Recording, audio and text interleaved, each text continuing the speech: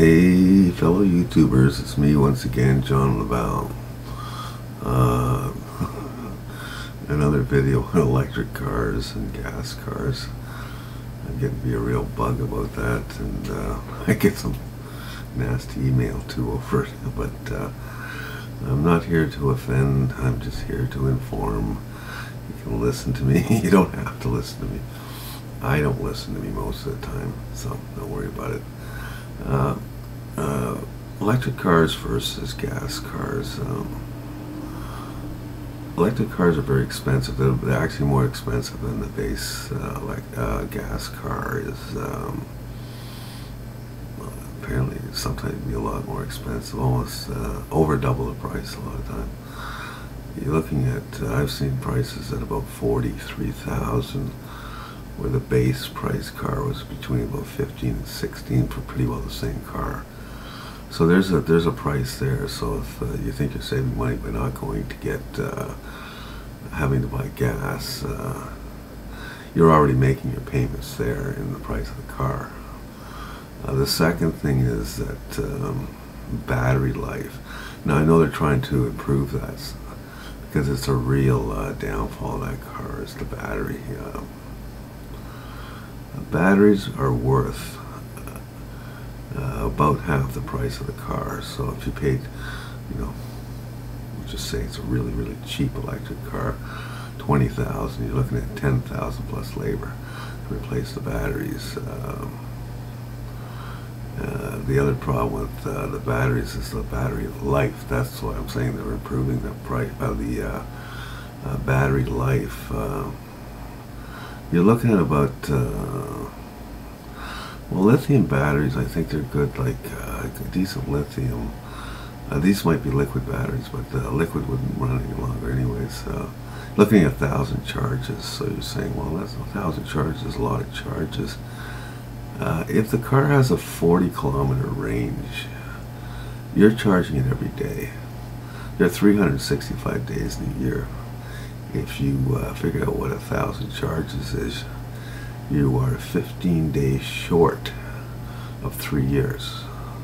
So this is what you're going to have to pay to bring this car back up to its original specs when you purchased it. And not only that, this whole 40-kilometer range, this is these are tested in testing facilities. This is not on the road. There's no wind or climbing hills or anything or drafting behind other vehicles and stuff like that. This is shop testing. And the other thing is sure, 40 kilometers the first day you buy it, but if you know anything about rechargeable batteries, if you own a cell phone, you'll notice it doesn't charge. You're not holding your charge as long as it did when you first bought it. They start declining real quick. I know mine does. All my cell phones are more charging and less airtime. So the car is basically the same thing. Now I have heard of companies that are getting better time out of their batteries, but I couldn't even tell you what these companies are, but it wouldn't be that significant. And then we go down to the back to this range, 40-kilometer range. I wouldn't be able to take, say, a trip to the coast because it's 4,000 miles. Now 4,000 miles, and I'm only getting 40. You know what? They even tell you it's in kilometers because it really doesn't show good if they say it's in miles. So you're getting 40 kilometers out of this car in a charge. And okay, what happens with 40 kilometers? Basically, if I'm going to the coast, I'll be doing highway. I'm stopping more than 2 times an hour, and I have to spend, people say they charge their cars in an hour, so I'll give it that. That sounds like a pretty quick charge. So I'm going to spend a little over 2 hours charging up this car. It's going to take me a long time to get to the coast, an awful long time. There's a lot of downtime, and then I got to find a place to charge the thing. I mean, where do I plug in? So these are the things that I consider between you and me, you couldn't give me one. I would take one and just either give it away to somebody or sell it, but own it. I just don't want that expense of the battery. I don't want the inconvenience of knowing that my range is pretty limited. I can't. I live in a small town. If I was going to do these, I have to go down the city. I won't be taking an electric car. It's too inconvenient. The other thing is companies lease electric cars. Why, I have no idea. But they lease them, and if you're going to, if you're a person who's not represented by a company, you just want to lease them because it's got some nice, I see advertising all the time. Well, got some nice sticker prices for leasing. You have to bring the car back to its original specs when the lease is up, which is going to require you to buy a battery. And as I told you earlier on in the video here, what that cost is.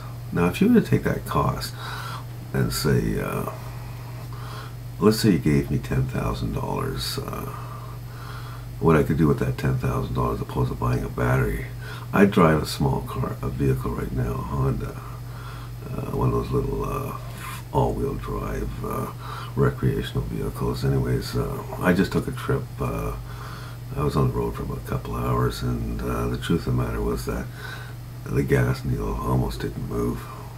There's almost no discrepancy. I get to a point sometimes where I think the damn thing is broken, that gauge, because it never seems to move that much. Anyways, for $10,000, let's take a look at that. We'll say a vehicle gets 25 miles. For $10,000, take 10, multiply the 25 by 10, you got 250. Take the 3 zeros off the 10,000, move it over, you got 250,000. Now this is a very conservative gas mileage. Got a lot of cars right now. The small 4 cylinders are putting over 50. They're moving up to the 58s. But anyways, if you go to 50, you're looking at 500,000 miles. I'm going to get on $10,000. That's a lot of driving, and it's probably more than you're going to get on the electric car. I haven't done the math on it, but well, I can do the math quick. You get a 40 kilometer range, and it's 1,000, so put 1,000 behind. You're getting 40,000 kilometers, and the gas car I'm getting 500,000 kilometers. I think there's better value in a small car, but you know, I don't tell people what to do. I just tell them what I know. That's it. Have fun with your gas car or your electric car. See ya.